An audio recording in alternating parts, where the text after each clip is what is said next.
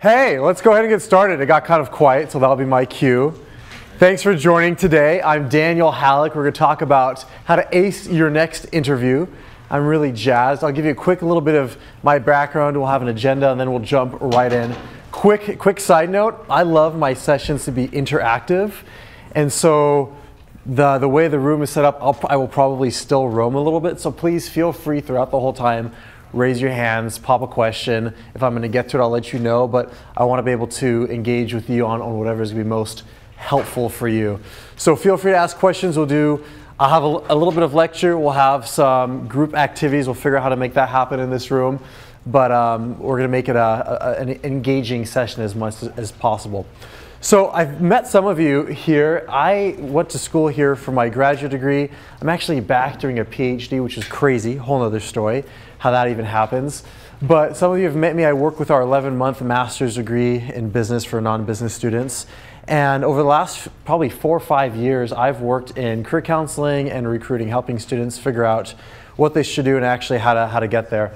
And interviewing is it's just a fun topic to discuss because somehow we all get an interview. A friend, a cousin, somebody. We get an interview and we go in there, and sometimes they're really easy and we just totally nail it, and then sometimes we leave and we go, what the heck just happened? That was the worst moment of my life. I've had some really awesome interviews and some really terrible ones.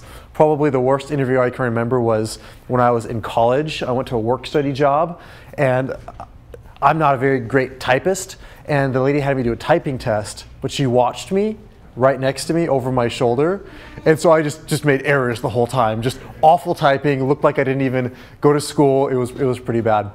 Somehow I got the job. I think the candidate pool was pretty slim, so I must have made it. Maybe I was the only one. Anyhow, so here's what our agenda is going to be. There's my intro. I should also mention before I get to the agenda. Part of what I think is I'm hoping to be able to help you with is having worked in recruiting, and literally every day I talk to recruiters and hiring managers. That's pretty much my job, is just to connect with business professionals for my students. And so I ask them lots of questions about their interview processes, like what they look for, and it's really interesting what you hear from them. So hopefully I'll share some of those tips today. But here's our agenda. We'll talk really simple: what to do before the interview, how to prep, how to handle the interview during the actual interview, and then what to do after, how to follow up. So one of the things I find is that, like me, everyone has awkward interviews, and I'm sure we won't do a show and tell, but all of you could probably have an awkward moment of an interview we could share. So here's what I want to do. Instead of sharing awkward moments, we're gonna do a parking lot. I want you to share with me the biggest challenges that you face in interviews, or the questions that totally stump you. In other words, if you left today and you only had one thing answered, what would you like to learn from me? And this is how we'll tweak it a little bit to you. So as we're doing that, I'm just going to type in this document. At the very end of the session, I'll make sure I leave some time. Again, you can ask questions throughout, but I'll come back and say, okay, let's just go through that punch list and talk about those crazy things that happen in interviews. So throw them out to me. What would you like to know? What are some tough questions or things that are challenges in an interview? Sorry. Yeah. I don't know if we're supposed to raise our hand. You can raise your hand or shout it out. I went to an interview. I'm doing health sciences, where she asked me about a time I had experienced an ethical dilemma and and something I've been asked to do, and how I dealt with basically going against a superior in that situation. And you just sit there and you go,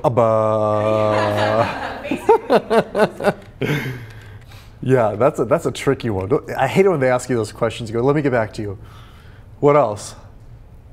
Good, tough, tough one.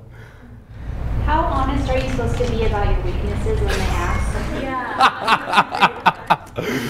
That's awesome. My wife, I'm not very great at details, and my wife always reminds me that it's something I need to work on, and it comes up in work too. And so yeah, you don't want to go in there and go, yeah, I'm really bad with details. That's me. Hey. So how honest are you about weaknesses? Okay, that's a great one. We could talk about that. What else? Yeah. Some interviews, about internships and things, they've asked me about like technical background, when it comes to things like computer programming. I don't have a ton, but I don't want to stretch the truth and lie to them. So I find that hard to express, like, I have limited technical background, but how do I answer that question? Okay, so technical background, it could be actually anything. If they ask you something, you go, yeah, I haven't done all that. So how do you answer if you don't have every single thing they're asking for? Is that fair? Awesome, awesome. Yeah? Well, sometimes they say, tell me about yourself. And I'm like, okay, what exactly should I tell them? I love long walks on short beaches, and this is really awkward. Tell them about yourself. Okay, what else? Great question. Like, how do I deal with those awkward silences? Like, after they ask the question and you answer it?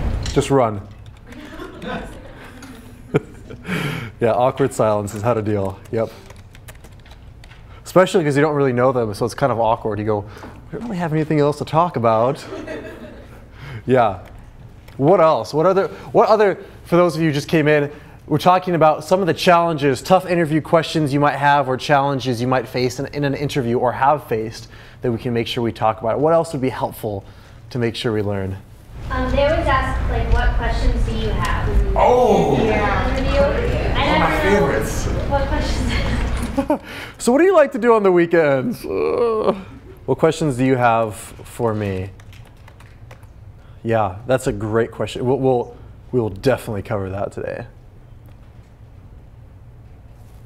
And then you, yeah. What if you forget the question they asked? Yeah, that's a good one. Well, they always ask, why would you like to work for us? Oh. So I was just wondering, like, is it appropriate to say for finances, like you need finances, you need money, or stretch it more? Great question. Why would you like to work for us? Is finances? I've got a good thought for you on that one. We'll definitely talk about that. What else? Yeah. When they ask questions kind of circumstantial, like, tell me a time when you had to solve a problem and be innovative. Like, is it best to give them kind of a bullet point answer, like this is the problem, this is what I did to the outcome, or is it better to give them like a context, more of like a story narrative?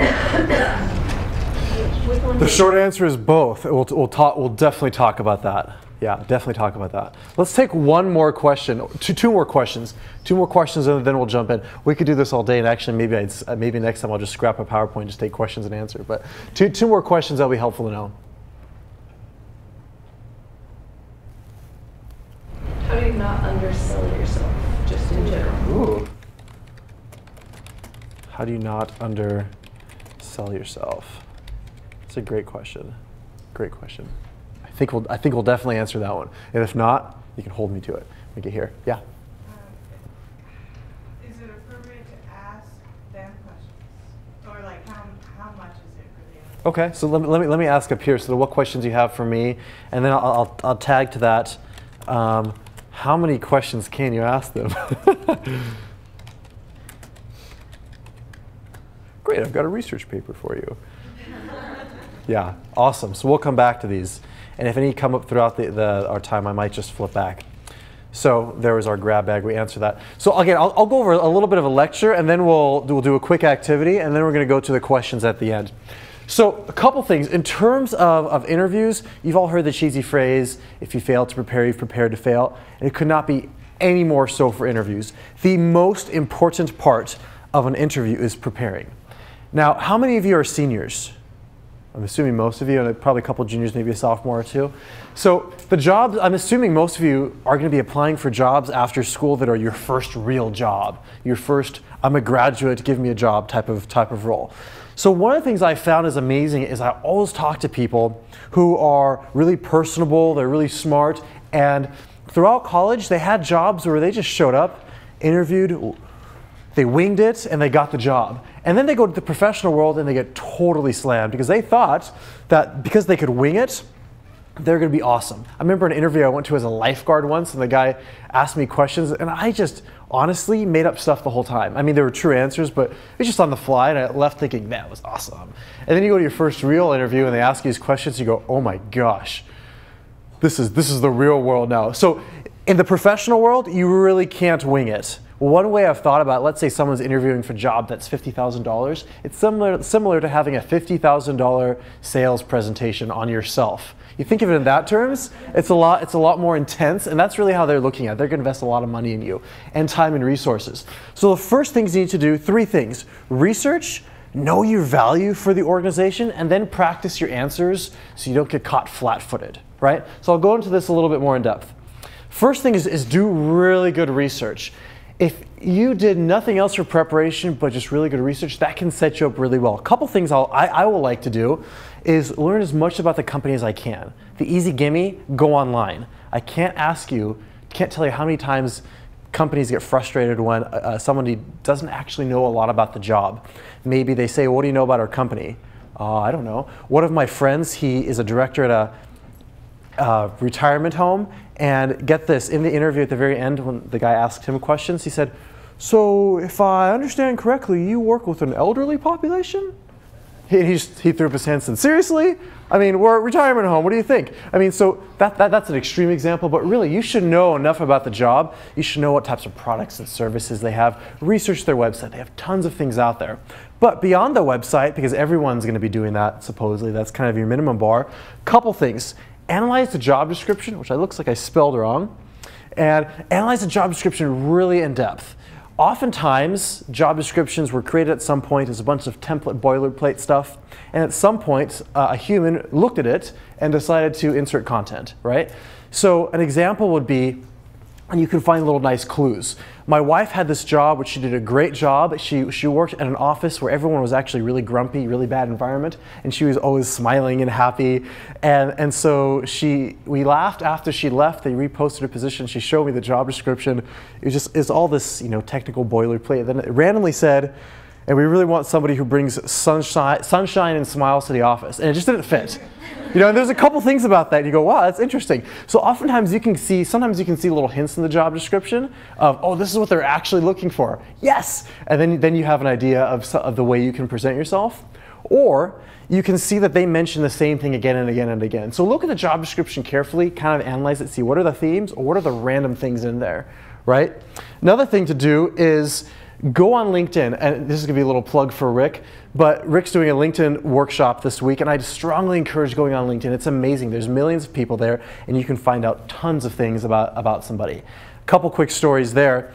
I had a job I really wanted to interview for. I was interviewing for at a consulting firm. Small place. They had a pretty bare bones website, and they didn't have a lot of things online. I went to the Glassdoors, the job vents, the places where people post reviews. There was nothing. So I thought, well, shoot, I don't know what I'm going to go do going in here. On LinkedIn, find a gal who did the exact same position for 5 years.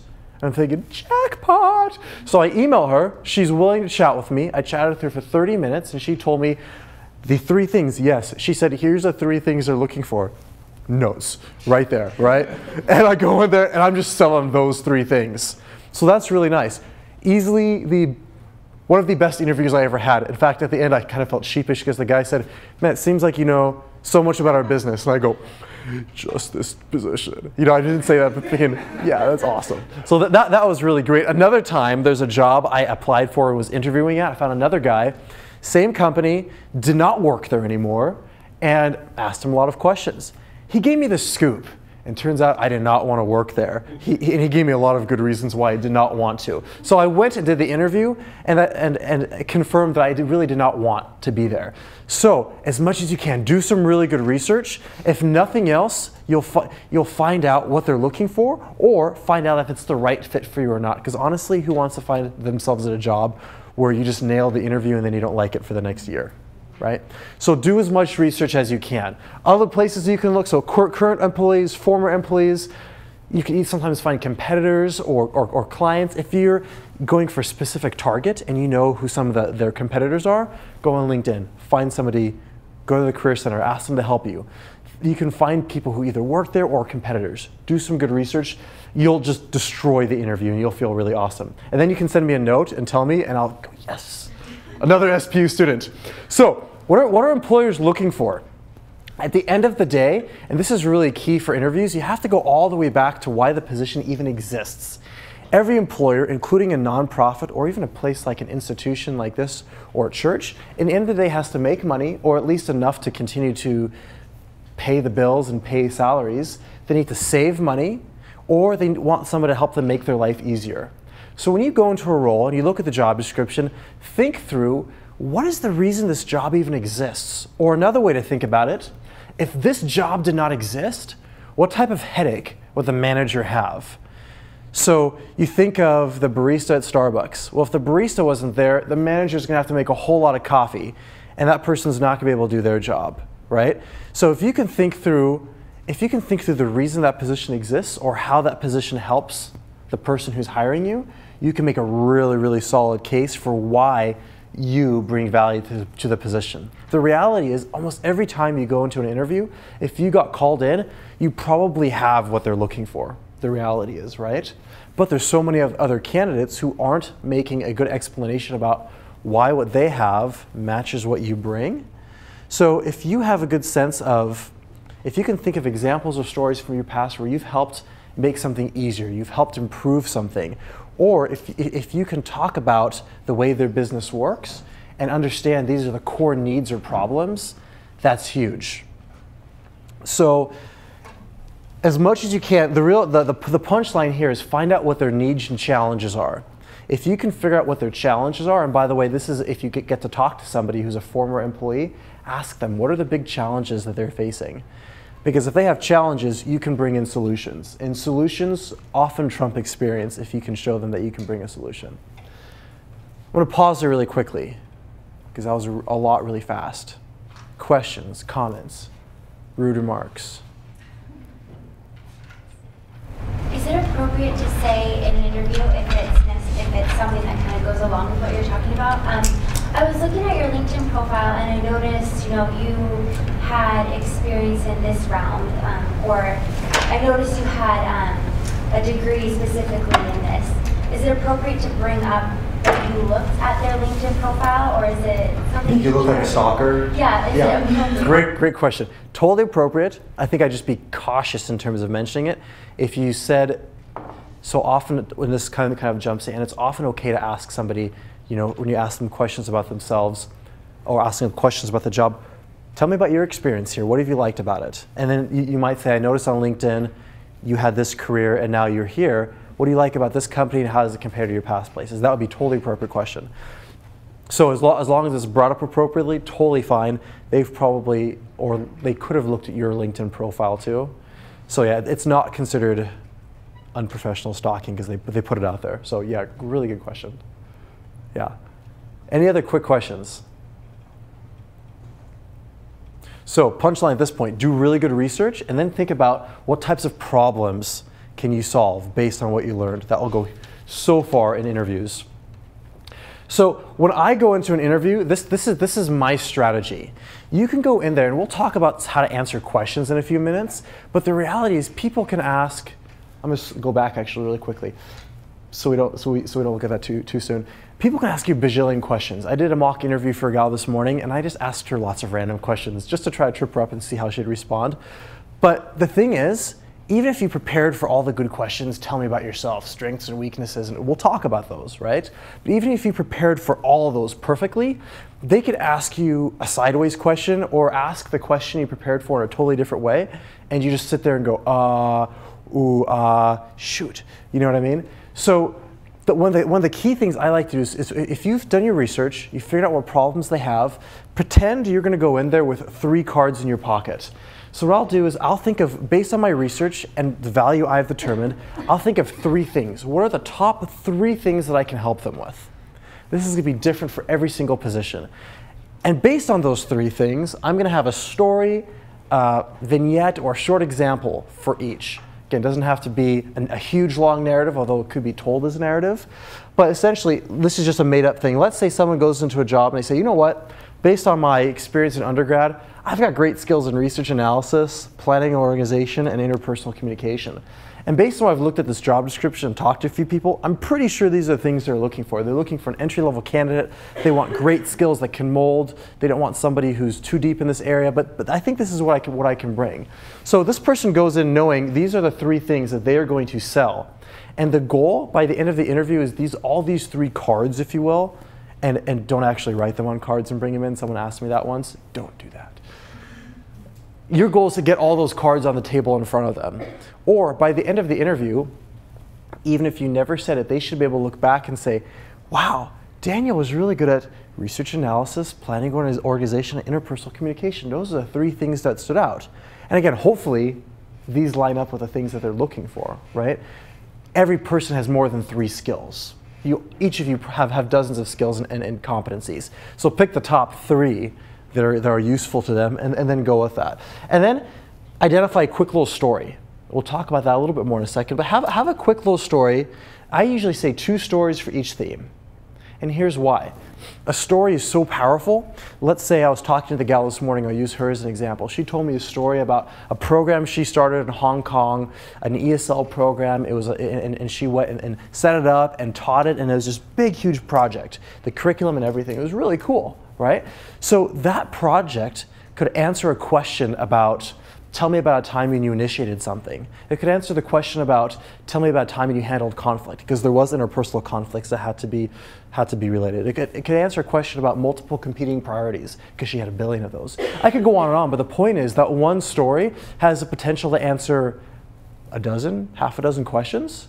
So if you have 3 core themes, and you have 2 stories for each theme, you can answer 6 questions, any 6 questions almost, with a really good, robust example.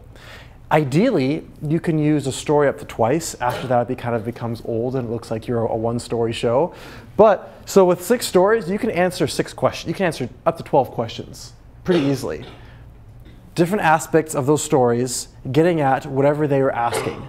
And because of that, let's say somebody asked me, let's say I started and led a club, right? And somebody said, tell me about your leadership. I said, okay, great, I'll give me an example when you had to lead a group. I said, okay, I'll give you an example I had to lead a group, but by the way, because I'm using this example, it's tying back to my leadership, my planning and organization.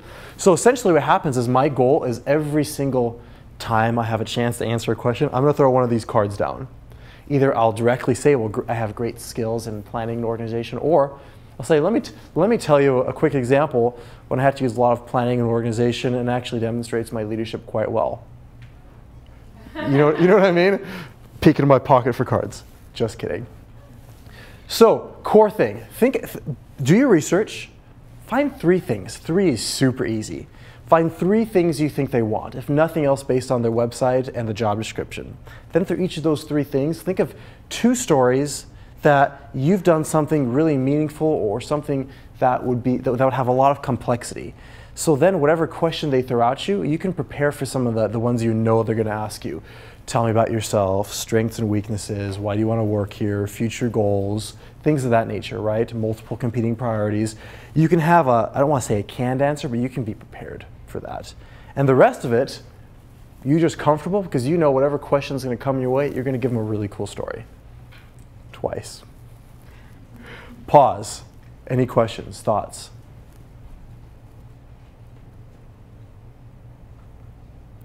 I'm getting these looks that tell me either that was so profound, I just blew minds, or we'll go with the first one. So here's what I want you to do. Talking about stories, we're going to spend 5 minutes doing this. We'll do a quick activity, and then we'll jump into those questions that we had for the end. Some of you have heard of the analogy, the PAR statement for answering interviews. More and more interviews these days are called behavioral, where they say, tell me about a time when. And the real reason they do that is on the premise that past behavior should indicate future performance. So more and more companies ask these standardized or behavioral-based questions. Sometimes they may be situational. What would you do in this situation? Really, either way, you can answer them with a PAR, which is problem, action, result. So you quickly describe the problem or issue that you faced, the actions that you took, and the results. Now, someone had asked about the question about narrative versus just a bullet point list. Usually what I'll do is I'll use the problem to give context. So, great, this is the situation I was going on. It doesn't have to be a huge problem, but this is the context. This is what I faced. Give them enough complexity that they get an idea. If you jump right in, they might not know how big your problem you solved was. Then talk about what did you do. Some people are inclined to say, as a team, we did this. That's awesome. As a team, we did this, and my specific role was this. Right? You don't want to make it sound like you're a one-person show, but you also don't want to make it sound like you didn't do anything and it was just the team and you kind of hung out and had a good time and got snacks along the way. Right? So thinking of a problem, an action, and what was the result. Doesn't have to be super long, it could just be a short little vignette. So what I want you to do, because we're going to practice this really, really briefly, I want you to look at this just list of sample questions up here. Pick one and take 5 minutes. Write down a PAR statement, problem, action, result, as if you're answering one of these questions. And then what I'm going to have you do is I'm going to have you turn to your neighbor and tell them this is the question I picked. So it's going to be easy. This shouldn't be pressuring. And let that person ask you that question as if you're in an interview, and then go ahead and answer that. Okay? And then they'll turn around and do it for you. And I'll put this next slide up in a sec when we're actually going to do the activity. But we won't do forget the cluster of 3 people. It's not going to work in this room. So just pair up and essentially give each other feedback on how clear was the example, how natural, enthusiastic was it? Did it sound totally staged and canned? So write it down and then try to do it from memory. And then lastly, did you identify a clear problem, describe the actions, and actually talk about the results that happened? So we'll go back, take 5 minutes, pick one question of these random common interview questions, prepare a PAR. When I say go, you'll turn to your neighbor. One of you will interview the other, and then you'll give feedback and switch. Sound good? Go. 5 minutes. So let's pull it back real quick. Give me some feedback. Give me a couple lessons. What are a couple things you learned from doing this activity? The practice truly is paramount. How so? Well, so I was really anxious and started repeating myself and umming and like laughing to myself almost. And then my partner, I didn't catch your name. We were talking about how hers is very long and mine I couldn't even get through. So all over the place. Yeah, absolutely. And it's easier to have that come out in practice than when you actually get in front of somebody the first time you start to practice your stories. Yeah, what else? Another lesson. Yeah. I suppose once, like, based on like a conflict or a problem, it's just thinking about like how big of a conflict is like worth telling a story about. So tell me more about that. You're on something. Like if it, I mean, might be a huge deal to you, but like in the big scheme of things, it was probably not a problem at all to really anyone. So like, what do you qualify as like a good solid story? Yeah. Okay. So that was a challenge figuring out what's a good solid story. Yeah. That's not conflict. Yeah. That's a good question. Let's we'll come back to that when talking about questions to. Or choosing your stories, really. And actually, I'll touch on that actually right now. The conflicts or the stories you use for whatever problems or challenges, it doesn't have to be a problem. A good challenge can be really positive. Whatever is going to highlight those 3 things that you're bringing. So because the positions you look for are entry level, they're not going to expect you to have, well, a company is losing $1 million and football, I fixed it. You know what I mean? Not that cool. If you do, that's awesome, and they might just hire you right off, right? But really, it can be something simple. It doesn't have to be. Oftentimes, we think we have to have these crazy elaborate problems, but really, the question is just to get at something deeper. They want to see how you solve conflict, how you approach it.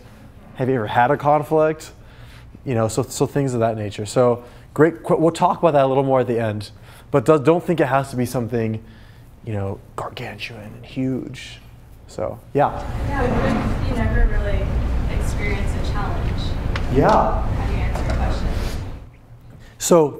So the question, again, that goes back to, I think, the definition of a challenge. It doesn't have to be a big problem. It could be a challenge such as, I had, 4 classes happening at once in a part-time job, and I had to figure out how to balance my schedule. I mean, so the challenge, or I had a group project and someone slacked off. Never happened to anyone here. Promise. Right, I mean, so this doesn't have to be as big as yeah, my boss said I was going to get fired if I didn't shape up, and I did. It doesn't have to be that challenge, that much of a challenge. So again, it could be something that was just something you had to figure out, something that's going to show your work or your creativity or your thought process, really, when it comes down to it. Another thing that counts was just kind of need for practice, because obviously in this situation it was just like quick. But so I came up with a story, but I still felt scatterbrained as I'm trying to share it, and so it just really highlights. Even though the story seemed like I knew what I did, I knew what had happened. Yeah. As soon as you start trying to share it, you all of a sudden get yeah. There's a huge difference between knowing something and being able to articulate it. And so if nothing else, once you've got your stories all written out, when you go to an interview, honestly, think of those stories and just have them in your head, right, beforehand, but practice them. If you get a mock interview at their career search, I super highly encourage you to do, or honestly, practice them in front of a mirror. My personal trick, whenever I'm driving somewhere, no one's around, I feel free for some reason, even though people are next to me. And so I'll just have this fake conversation. Looks like I usually put a headset on so it looks like I'm not crazy. But I usually just have this fake conversation, just kind of answering the questions, and then I can actually get my hand motions into it and feel natural. So yeah, even just saying it out loud, you go, wow, that didn't sound good. That didn't sound like I meant it to. So absolutely, if nothing else, just speak it out loud to yourself somewhere. Go to the beach and talk to the ducks. Let no one else see. So we'll move on because I want to get to those questions. Okay, someone had mentioned, what questions do you ask? I'm so glad that came up because you absolutely should ask questions. Absolutely. Oftentimes I've heard that interviewing can be likened to dating, but for the professional world. Imagine if you got set up on a blind date and it was a really nice person and you went back to your friends and go, how'd you like it? And you go, I didn't really ask him any questions. Oh, okay. I know everything I need to know from the half-hour conversation we had. I mean, you'd want to ask lots of questions. When you go into a job, from the one-page job description and the conversation you had with somebody from LinkedIn, you really can't know everything. In fact, you barely know anything about the position, really. So there's always questions to ask. One of the worst things you could do is say, I don't have any questions. That's a huge red flag for this person did not do any research. So I see that a lot. So make sure you have questions. Absolutely. The biggest thing to do is to have really good questions. I have seen mediocre interviews totally saved by really good questions. And I've also seen really stellar interviews bombed by really poor questions. And I'll give you an example of what this could look like. Some people, no matter what, no matter how well you've practiced, talked to people, you go into the interview and you still feel a little awkward. Or maybe you just didn't hit off the chemistry right, or I've done this before, you just barely made it on time and you're super out of breath and you're totally frazzled and you have an off day. We all have that, right? So you go in there and you had a mediocre interview and you go, man, but I'm actually the best candidate for this position. They're not going to know that. Well, the questions are your chance to honestly turn around the interview. If you've done really good research, your questions should be based on that research. And you want to get to the nitty-gritty, the details, the problems and challenges. So the gal this morning, I'll give that example again, she had some great questions. She's interviewing for a position at Amazon, a recent graduate position, right? And so it's with their Amazon services. And so they work with all the third-party sellers, and you go buy books through someone else. So her question to the person was, could you talk to me about some of the biggest problems and challenges that Amazon services is facing? How do you hope to resolve those issues, and where do you hope to see this program in the next 6 months? Whoa! So that's what I said. I mean, so literally, all of a sudden, that conversation became meaty. That person's gonna tell her lots of things, and they're gonna engage in a dialogue. I oftentimes think that the best interviews, I'll use you as an example, Christina. The best interviews become Christina's just grilling me, to all of a sudden we're side by side working on a project. You know what I mean? So if you ask a really good question, all of a sudden you become more like a peer and less like someone who's just getting impaled with a spear of interview questions, right? So ask really good questions. Two, it shows you did your research.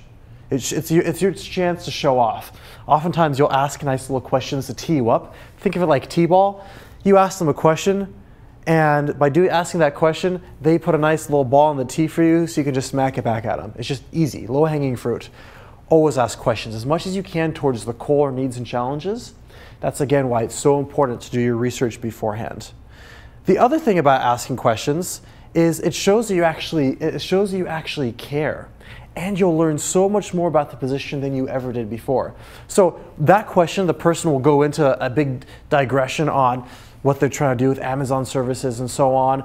And through that, they'll learn some of the needs and challenges. She'll learn some of those. And that's a prime chance for her, not just to say, well, great, thanks, that was neat. But she can then go, oh, great, you know, she can bring in another story or an example. Or, you know, I mentioned that story earlier, but I forgot this part. When I did this, that's really similar. So all of a sudden, that's a nice way you can easily keep from underselling yourself, is to ask those questions. Now, I usually say have at least 10 good questions. 10 questions that are going to make somebody think. To get 10 good questions, you have to really do a lot of thought yourself. I've gone to interviews with 20 questions before. You probably can't ask 20. And I'll star the 5. I'll star like 5 or 6. 5 or 6 questions I really want to ask. And sometimes you'll have an interview where you just go off on questions. I've had interviews, we've had Q&A time discussion for an hour and a half. And the interview itself was maybe half hour. So another thing can happen like this. I had a student go to an interview last year, and the first question the guy asked is, what questions do you have for me?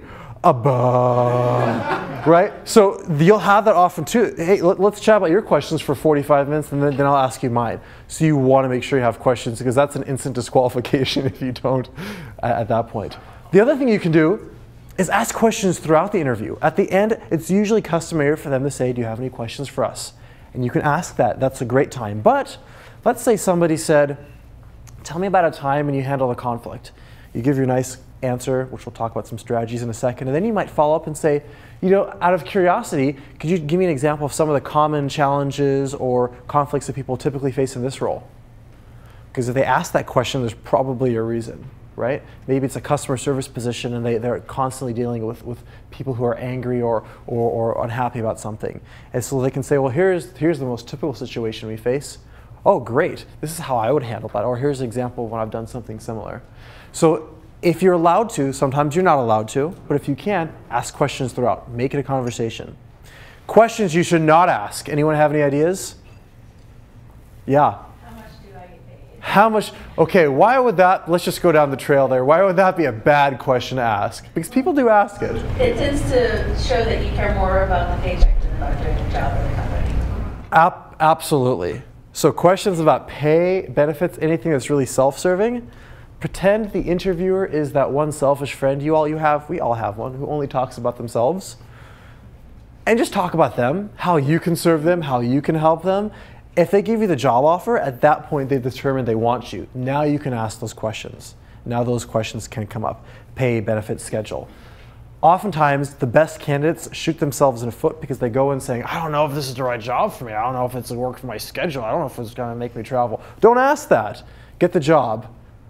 When they give you the job offer, they then want you. Then they'll work within reason to meet your demand. So never ask any of those questions. Yeah. Did I see a hand go up? No? I'm trained to jump on movement, so if I see something. Awesome. At the very end, when you close strongly. Let them know that you love the job. Leave all your cards on the table. Sometimes they'll say anything else you want to know about, anything else we should know about. Yeah, just to reiterate, you know, I think I'm a fantastic fit for this position from everything I've heard and discussed, and I really think I can bring 1, 2, 3 to help you. Be really explicit about that, right? And let them know that you're interested in the job. Sometimes candidates try to play it cool. Yeah, oh, I'm good. And they go, and then later they all talk and they say, interviewers talk and say, yeah, that person didn't seem like they had a lot of passion for the position. And you go out saying, ah! So you don't have to freak out, but let them know, I'm really excited about this position. If the opportunity came to work with you, I'd be really excited. Let them know that. Again, it'll be similar to the first date where somebody says, hey, I had a really good time with you. And you go, that's all right. All right, I had a great time. I'm awkward. So make sure that they know you had a good time. And lastly, ask them what the next steps are. People always feel awkward. Can I email them back? Can I follow up? Just ask them, what's your timeline look like? Oh, we'll get back to you in 2 weeks. Great, I'm not emailing you next Friday, right? So close strongly and leave all your cards on the table. So let me do this. Let me move over to those questions and let's talk about some of those challenges. Okay, one of the first things, principles for answering any interview question is this. Think through, why the heck did they ask me that? So someone tell me, why would they ask you a question about an ethical dilemma or going against a superior?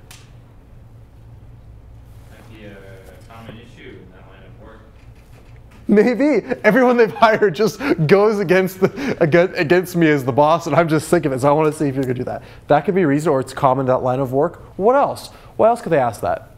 You can also try to figure out how you solve problems. That's a good reason. How you balance what you think is best course of action with your respect for authority. Yeah, and ethics is such a tricky thing to even define. So they might even be trying to, just curious to see, how do you define ethics and how are those going to play out? So we could go on and on. There's many reasons someone could ask this question. So because you've all been trained in liberal arts education, this is where your critical thinking comes in. On the spot, you think, why did they ask me this question? And based on why they asked me that question, I'm going to answer it to hit those things. So you all nailed the ethical question. They could be trying to see if it's a common thing. They could be trying to see, have you done something ethical in the past? Are you going to match up with their ethics? They could just try to see how you respond to a really tricky question and what your thought process is, your problem solving. So address your answer to encompass all of those at least a little bit, right? For example, the gal at Amazon today, she might get asked not an ethical question, but going against a supervisor or disagreeing, and knowing their company, they're big on having people who aren't just yes men. They're going to disagree, but at the end of the day, they're going to still sign off and say, even though I disagree, I'm on the bus, right? So knowing the company also helps understand why they'll ask you questions. Weaknesses, man, that's a tricky one. What you don't want to do is do the, well, my weakness is I just work way too hard. You know, no one wants that. That's just cheesy. So what do? Do you give a real weakness that's just going to totally kill you? Hey, I'm not good at details. Oh, detail orientation was bullet point number 2, and thanks, good to see you. No. So here, again, why would they ask that question? Why would you ask a question? If you're interviewing somebody, why would you ask about their weaknesses?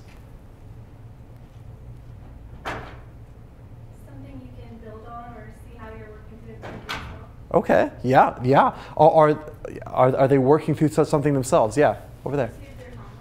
See if they're humble. Yeah, maybe they don't think they have any weaknesses. Ha ha. What else? See if they're self-aware and know, like in that job. Awesome. All those are right on target. So is this person self-aware? Do they even know? Do they understand themselves? If they understand their weaknesses, are they humble about them? Are they working to remedy it? Or are they just, yeah, I got a problem, so what, deal with it? You know what I mean? Or maybe they're just an untrained interviewer and they're asking that question because it's on the list. Or they just want to see how people respond. There's a number of things. So, the textbook answer for that one is when you're responding, whatever weakness you share, we'll talk about how to pick that, whatever weakness you share it in such a way that you describe it, but then you talk about how you're remedying it, and talk about what that looks like for you now. Right? So picking a weakness, my personal favorite, there's a number of things you can do, but my personal favorite is I believe that every strength and weakness, every strength has a dark side. So for example, one of my biggest strengths is relating to people. I work well with people, I build relationships, I like working with people. The downside to that is I can be a people pleaser and way overextend myself. And that's a serious weakness, right? So literally almost every strength is a weakness depending on the situation. One of my really good friends, one of my best friends, we always joke about, he has the opposite problem. He's super blunt, to the point, mows people over. He loves a good conflict. So in a situation, so his strength is he can handle confrontations really well. But his weakness is sometimes he'll bulldoze people where they didn't need to be, right? So that's a weakness and a strength all rolled up into one. So in terms of self-awareness, that was a really good point. Think through, what are my strengths? And what are the genuine weaknesses associated with them? If nothing else, it's a genuine answer and it's not cheesy. So then I can say, well, this is my strength. You know, here's the dark side of it, and here's what I'm doing to make sure that's kind of mitigated. Another thing you can do is just genuinely choose a weakness that you have, but not something that's going to shoot you in the foot. So the weakness that's going to kill your chances of getting the job interview. I joke about the detail thing because in some of the first jobs I had, that was a really big deal, and I just had to do it. And so I would never mention an example about my detail orientation being a weakness, even though after a couple jobs, I was able to not have that be the crux of what I did. Does that make sense? So I prefer the first option because it's just totally genuine. Here's a strength, here's a weakness that goes with it. But in the end, make sure you explain what you're doing to guard against it and show them that you're self-aware. So technical background, or if you don't have everything they're asking for, one of the key things they want is to see your learning agility, your ability to adapt to the environment. So if you've done something, you can give them a great example. If you haven't done something, you don't have all the technical competencies, that's okay. You can start by saying, well, you know, that sounds really similar to when I did this. Or it's even okay to say, you know, I haven't worked with that exact program, but here's another program I've worked with similarly. Oftentimes, they're looking for just a transferable skill of, can you pick this up? So their fear is, will this person not be able to do this? So you want to sell them on, even though I haven't done the exact same thing, even though I haven't worked with that exact database program, I've worked with a bunch of other database programs, and they're all fairly similar, and I'm pretty sure I could pick that up in a couple days. Or let me tell you, you know, in a previous position, I had another system I didn't know, and this is how I approached and picked it up. So the easy one there is show them what you have that's as close to what they're looking for. No candidate is perfect, so if you have an awesome interview, but you miss a couple really big things, or a couple things, don't think you're out. So tell me about yourself.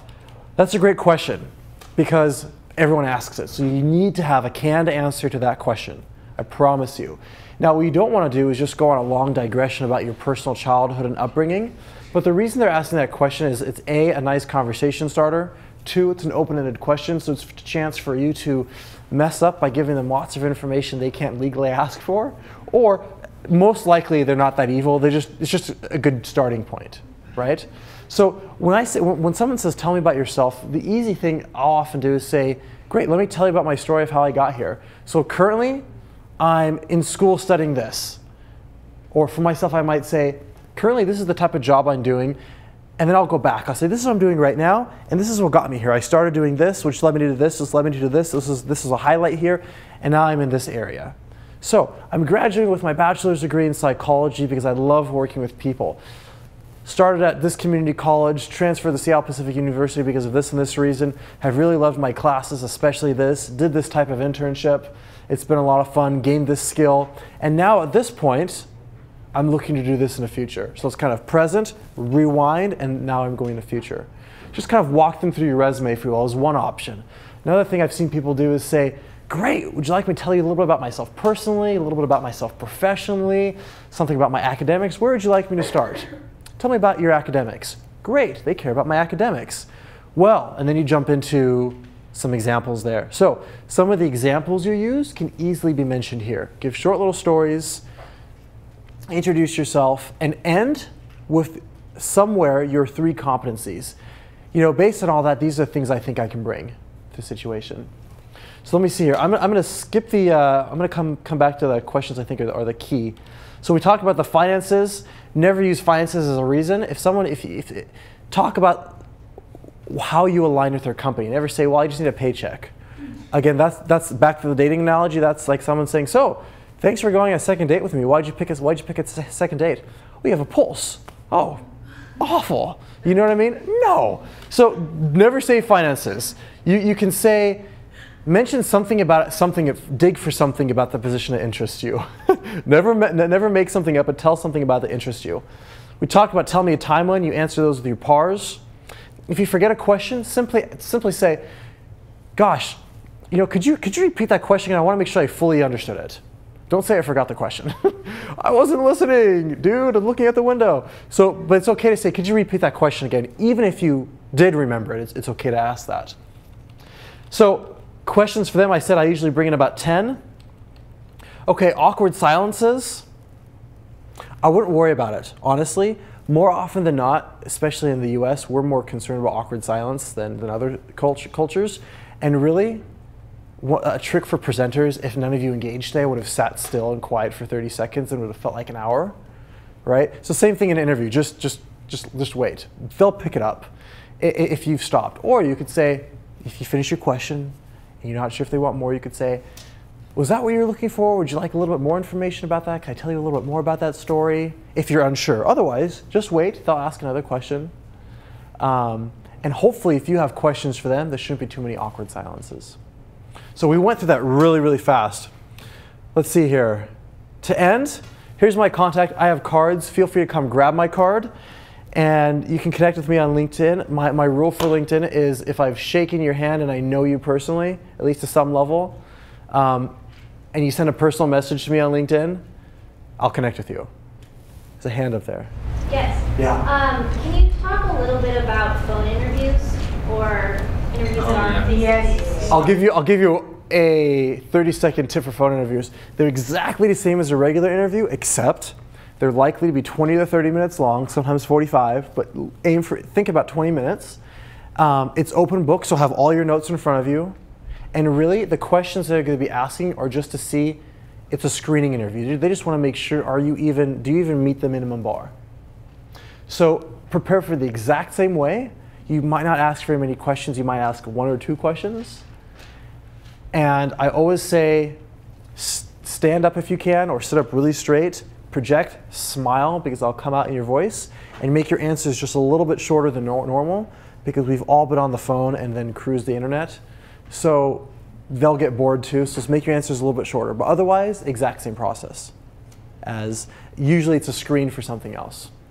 So with that, it's been fun chatting with you. Come grab my card. I'll give a shameless plug. If any of you are interested in the 11-month graduate program, come talk to me. Our deadline is tomorrow, first deadline. And then it's open till full. So anyhow, regardless, we'd love to connect with you, have my card, chat about interviews, come find me. It was fun. And sign in the sign-in sheet and get your portfolio.